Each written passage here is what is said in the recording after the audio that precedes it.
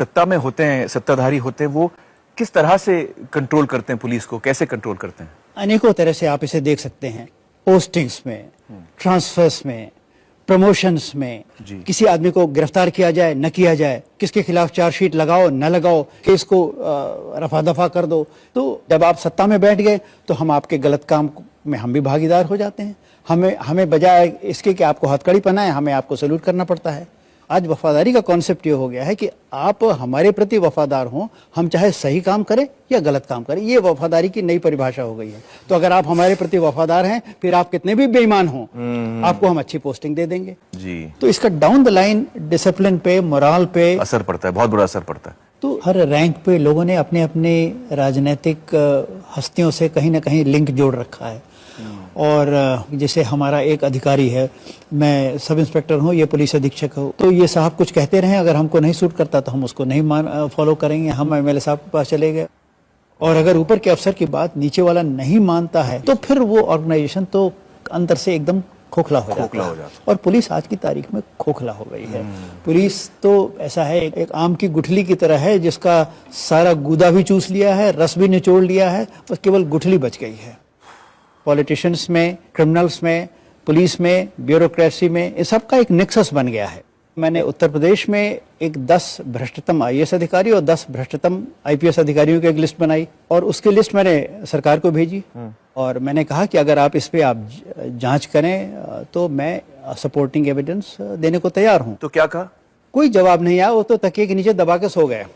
और बल्कि एक अधिकारी ने फिर मुझसे मजाक में ये कहा कि सिंह साहब, आपकी लिस्ट का सरकार को बड़ा फायदा हुआ। मैंने कहा क्या मतलब? उनको तो ऐसे लोगों की जरूरत है। तो आपने लिस्ट छांट दी।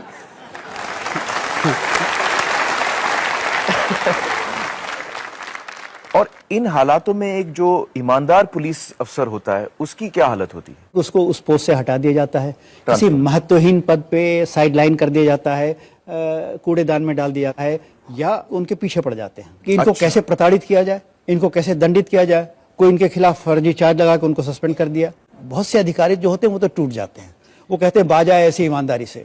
इससे अच्छा तो जो गंदी नाली बह रही है, इसी बहती गंगा में हम भी हाथ धोएं और इसी तरह हम भी काम करते चलें।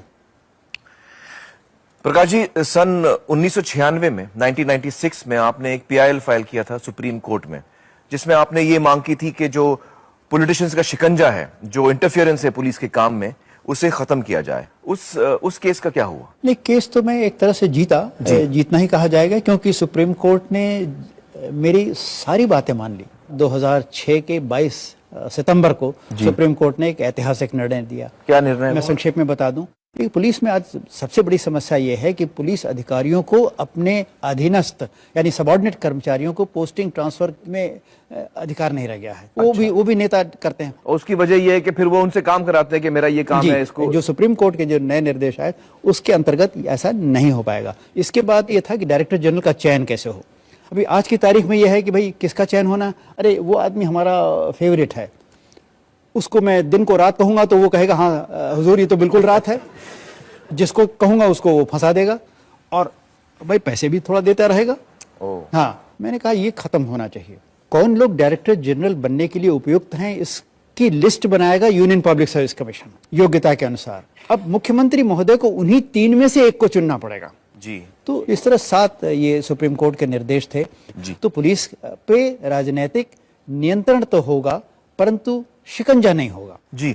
तो ये ऑर्डर जो है ये सारी राज्य सरकारों को भेजा गया होगा, क्योंकि राज्य सरकारें इस पर फैसले ले सकती हैं। मैं लोगों को बता दूं कि पुलिस जो है वो एक स्टेट इशू है और सिर्फ राज्य सरकारें ही इस पर कदम उठा सकती हैं। तो उन्होंने क्या कदम उठाया इसके बाद? उन्होंने तो कह दिया नहीं, हम आपकी बात सब सहमत हैं, हम इसको लागू करेंगे। पर कागज पे तो कह दिया है, पर जमीन पे अभी कोई परिवर्तन नहीं हुआ है। मतलब वो एक सुप्रीम कोर्ट के आदेशों के कंप्लायंस का स्वांग ड्रामा कर रहे हैं, नाटक कर रहे हैं। इनके खिलाफ फिर वो सुप्रीम कोर्ट इनकी मॉनिटरिंग कर रहा है। तो उन्होंने एक जस्टिस थॉमस हैं, उनके नेतृत्व में एक कमेटी का गठन किया। कमेटी ने ये रिपोर्ट दी और उन रिपोर्ट के शब्द ये हैं कि we are dismayed by the total indifference of the states to the compliance of supreme court directions. मतलब ये कि ज्यादातर राज्यों ने सुप्रीम कोर्ट के आदेशों का पालन नहीं किया। दोस्तों, मैं आपको बता दूं कि हमने भी जस्टिस थॉमस का इंटरव्यू किया और इस विषय पर उनका क्या कहना था, आइए देखते हैं।